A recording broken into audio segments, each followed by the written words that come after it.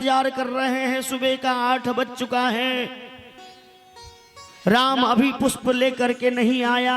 लक्ष्मण जी से कहा कि लक्ष्मण जा करके देखो, तुम्हारा भैया अभी पुष्प वाटिका से पुष्प लेकर के नहीं आया है, विलंब हो रहा है। लक्ष्मण जी महाराज गए, देखते हैं यहाँ तो समाधिस्थ हो गए। वहां से राघवेंद्र सरकार को लेकर के आते हैं। सुंदर से शालिग्राम भगवान को विश्वामित्र जी महाराज ने पूजन अर्चन वंदना किया, भोग आदि लगा करके कुछ जलपान आदि करके प्रस्थान किया। जनक जी महाराज के राज दरबार में देश देशांतर के राजा महाराजा सारे राजकुमार आए हुए थे। विश्वामित्र जी महाराज राम और लक्ष्मण को लेकर के जैसे ही प्रवेश किया, जनक जी महाराज ने देखा वशिष्ठ लोगों के लिए जनक जी महाराज ने आसन लगाए हुए थे। विश्वामित्र जी महाराज जा करके आसन पे बैठ गए और राम और लक्ष्मण दोनों भैया वहीं पे खड़े रह गए। गुरु जी बैठे हैं, दोनों राजकुमार खड़े हैं। जनक जी महाराज ने एक बार भी बैठने के लिए नहीं कहा। जनक जी महाराज के गुरु जी सतानंद जी महाराज देख रहे हैं कि जगत पिता प्रभु श्री राम आज जनक नगरी में प्रवेश किए हैं और उनको स्वागत सत्कार करने के लिए कोई आगे नहीं आ रहा है। इन्हें कोई अभी तक जानता नहीं, कोई पहचानता नहीं। सतानंद जी महाराज वहां से दौड़ते हुए आए और प्रभु श्री राम के चरणों में लौट करके प्रणाम किया। जनक जी महाराज ने देखा जब गुरुजी ही जिनके चरणों में लौट करके प्रणाम कर रहा है तो चेला सब क्या करेगा। सब के सब दौड़ने लगे, सब के सब चरणों में लौट करके प्रणाम किया। बाद में पता चला ये तो दशरथ जी महाराज के पुत्र श्री राम हैं। जनक जी महाराज ने सुंदर सिंहासन मंगवाया, गुरु जी के बगल में दोनों राजकुमार को बैठने के लिए आसन को दिया। धनुष यज्ञ प्रारंभ हुआ। अब जनक नगरी के अंदर में चारों तरफ गाजा बाजा बज रहा है, ढोल नगारा बज रहा है, जय जयकार हो रहा है। जय जयकार को ध्वनि पूरे आकाश मंडल में चारों तरफ गूंजमान हो रहा है। जय जयकार को आवाज को जैसे ही रावण ने सुना, रावण विमान पे चढ़ करके लंका जा रहा था। रावण ने सुना ये भी आवाज जय जयकार के, ये इतनी जोर से कहां से आ रहा है। नीचे दृष्टिपात करके देखा ये तो जनकपुर से आ रहा है। चल करके देखूं। रावण ने जैसे ही आया देखा यहाँ पे धनुष यज्ञ चल रहा है। जनक जी महाराज ने प्रतिज्ञा किया था जो राजकुमार जो वीर इस धनुष को तोड़ेगा उसी के साथ मैं अपनी पुत्री किशोरी जी का विवाह करूंगा। अब रावण अपने मोछ पिजाने लगा। इस त्रिभुवन के अंदर में मुझसे वीर कोई बलशाली तो कोई है ही नहीं। बूढ़ा हो गया तो क्या हुआ, धनुष को तोड़ करके अपने विमान पे किशोरी जी को बिठा करके और लंका लेकर के जाऊंगा। रावण गया धनुष को तोड़ने के लिए। किशोर जी को जैसे ही पता चला, किशोर जी ने माँ जगदम्बा माँ पार्वती से प्रार्थना करने लगी कि हे माँ आप ही मेरा लाज रखना। मैं 6 वर्ष की राजकुमारी और ये 27 युग के चतुर्व्यूह का रावण बूढ़ा, और इसके साथ में मैं कैसे विवाह करूंगी। आप मेरे ऊपर में कृपा करना। मां पार्वती घबराई, भोले बाबा से कहा कि बाबा आप जल्दी से कृपा करो। बाबा ने तुरंत अपने नंदीगण सारे सेवकों को भेज दिया कि जाओ रावण धनुष उठा रहा है, उस पे जाकर के बैठ जाना, रावण से धनुष हिलना नहीं चाहिए। रावण गया धनुष को उठाने के लिए, जैसे ही हाथ बढ़ाया हाथ तो धनुष के नीचे गया।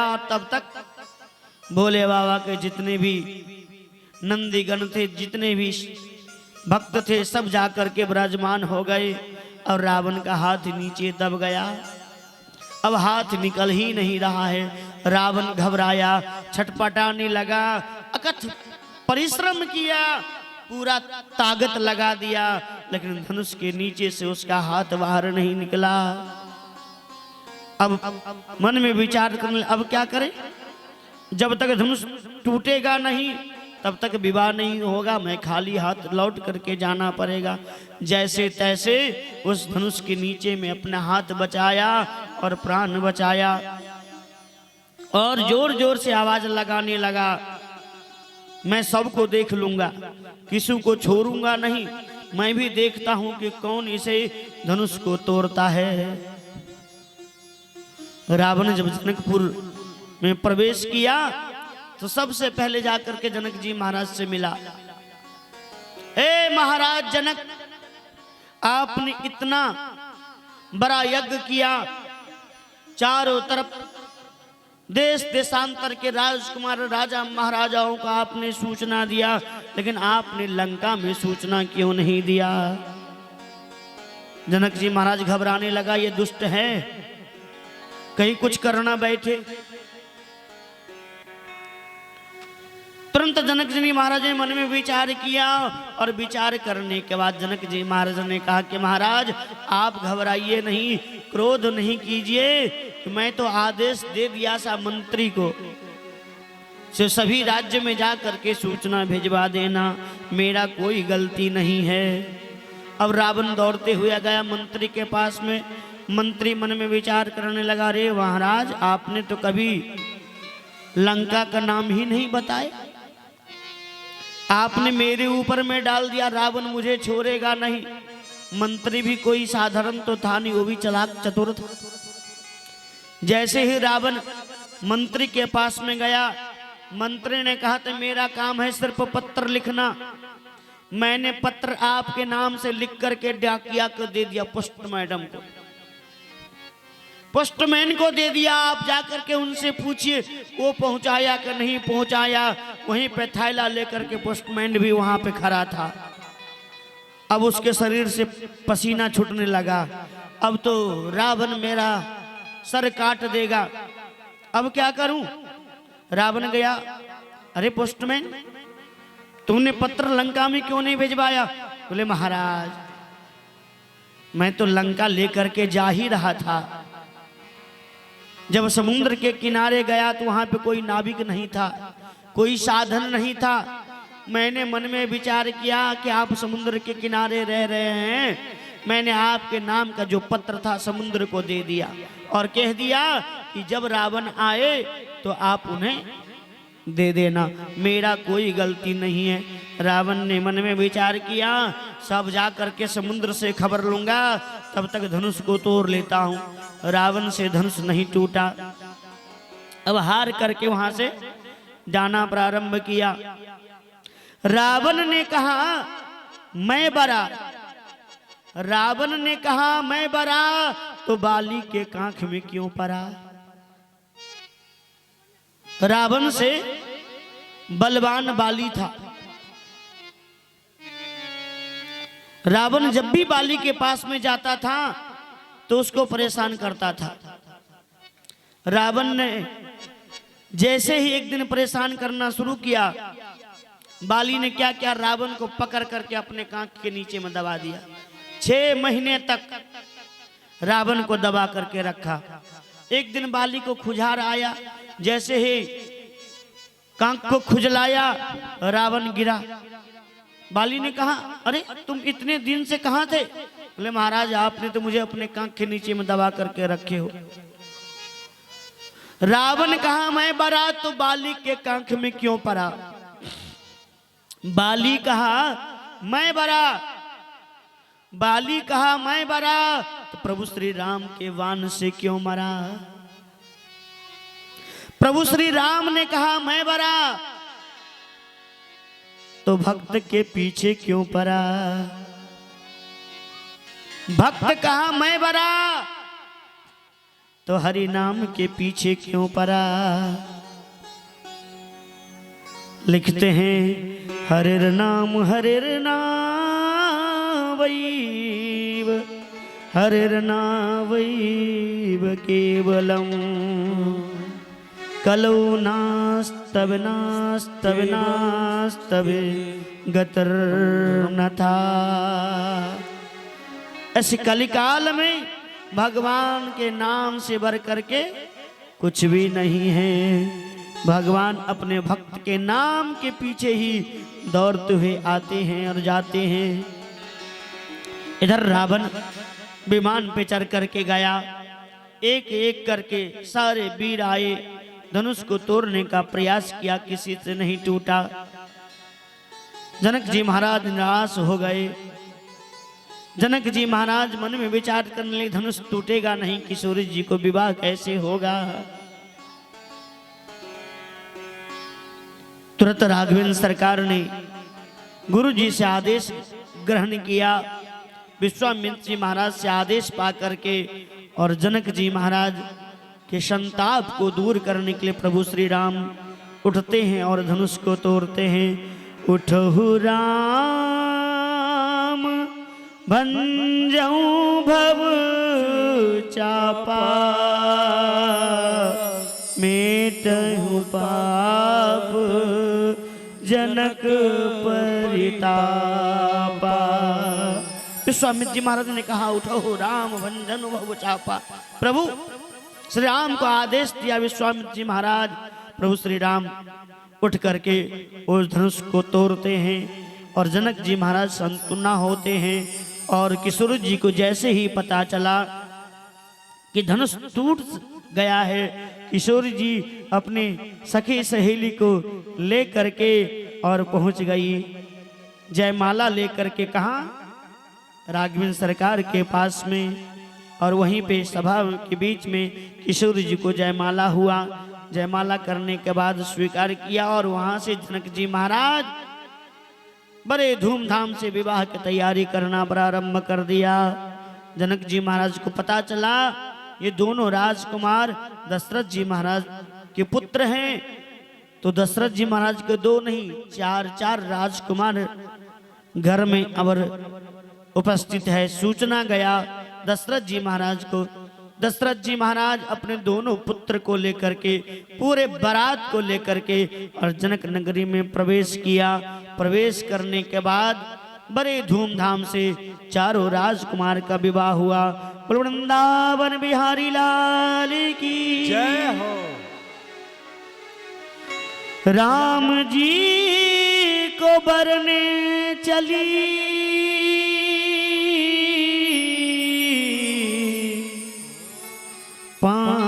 पांच कुंवारी।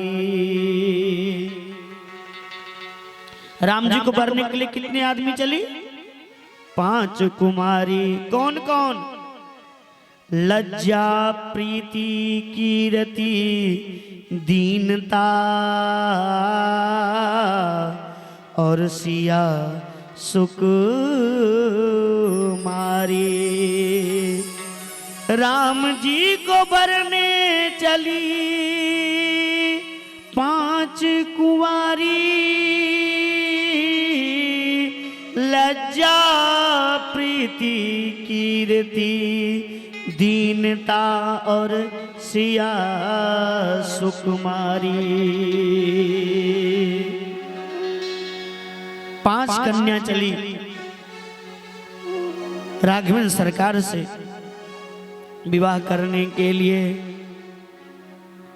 पहला किशोर जी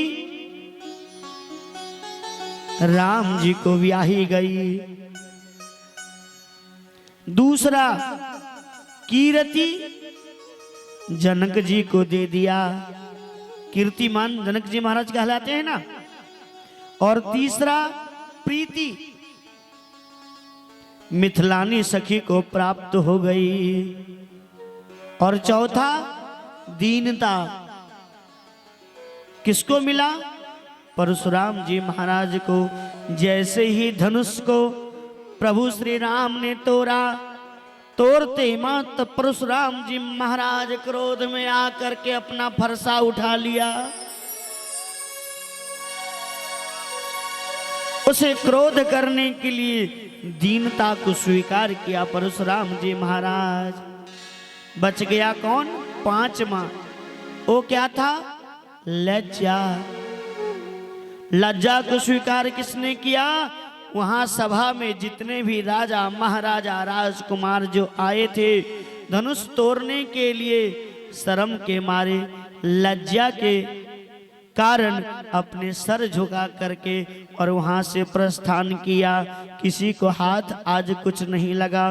बोलो वृंदावन बिहारी लाल की जय। इस प्रकार से प्रभु श्री राघवेंद्र सरकार चारों भैया का बड़े धूमधाम से विवाह हुआ। विवाह के बाद चारों राजकुमार अपने अपने रानियों को लेकर के और वहां से आए कहाँ? अयोध्या नगरी। और अयोध्या नगरी में आकर जैसे ही माँ कौशल्या ने देखी, माँ कौशल्या ने देख करके प्रसन्न चित्त हो जाती है। बड़े धूमधाम से आदर सत्कार किया।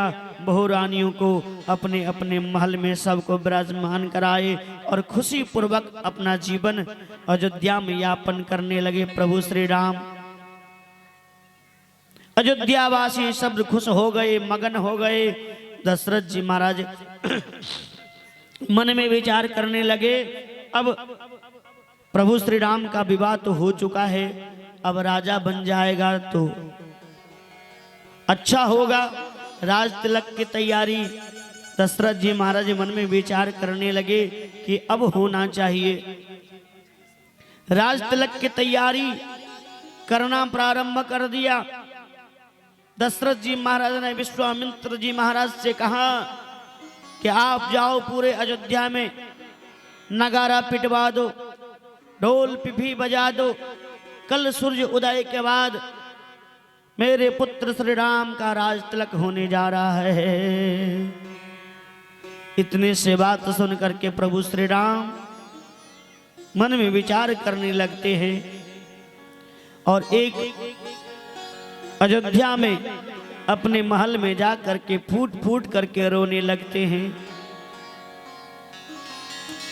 रोने को शब्द को सुन करके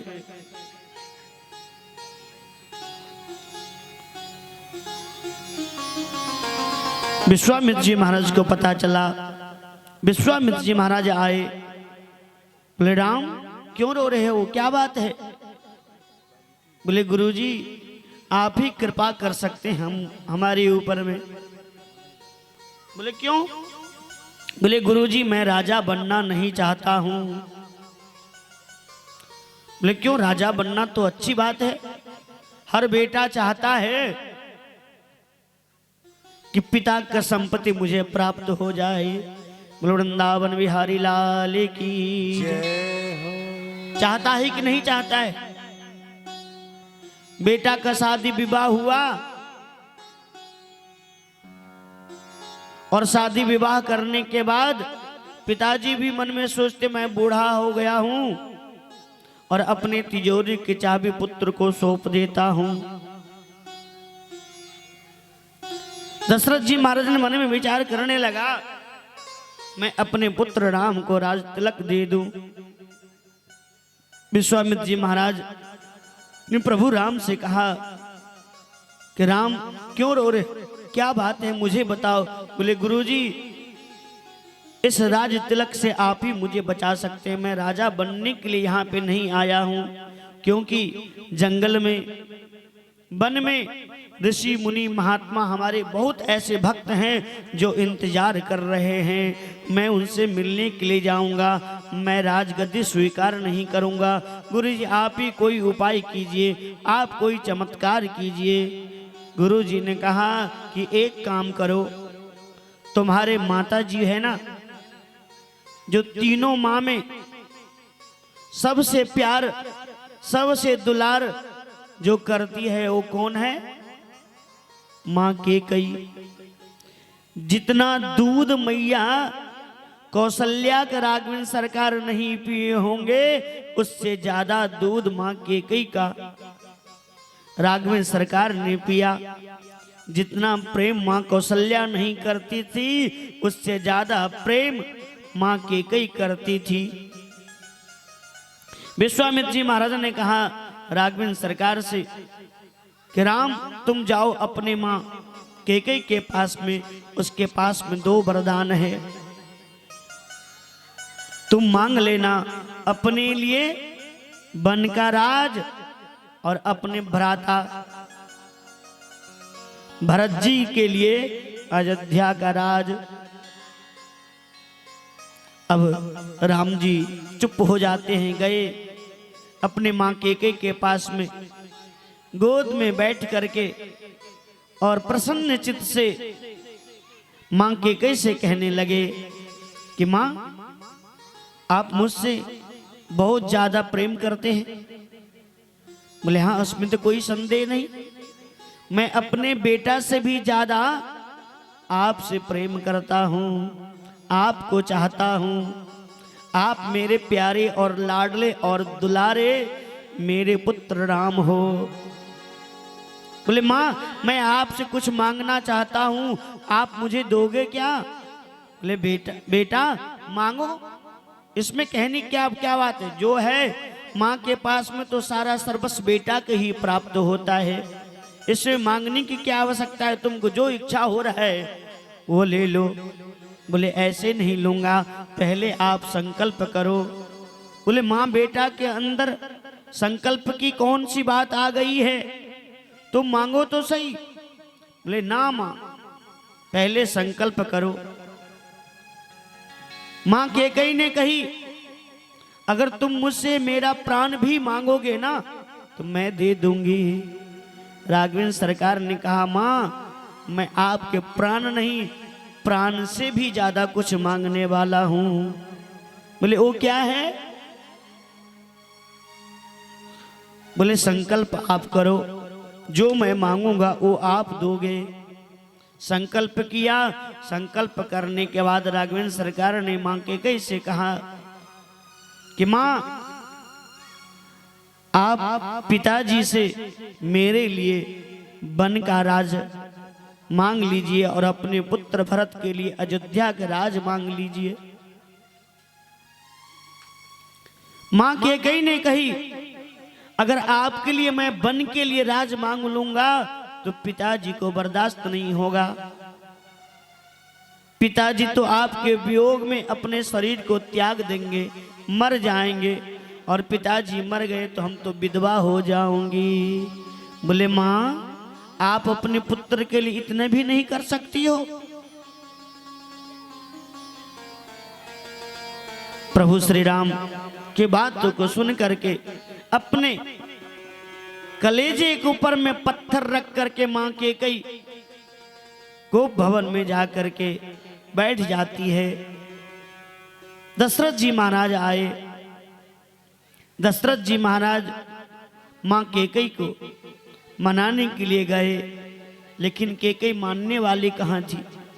पहले शर्त करा लेती है और शर्त कराने के लिए वही 2 वरदान प्राप्त करती है। प्रभु श्री राम के लिए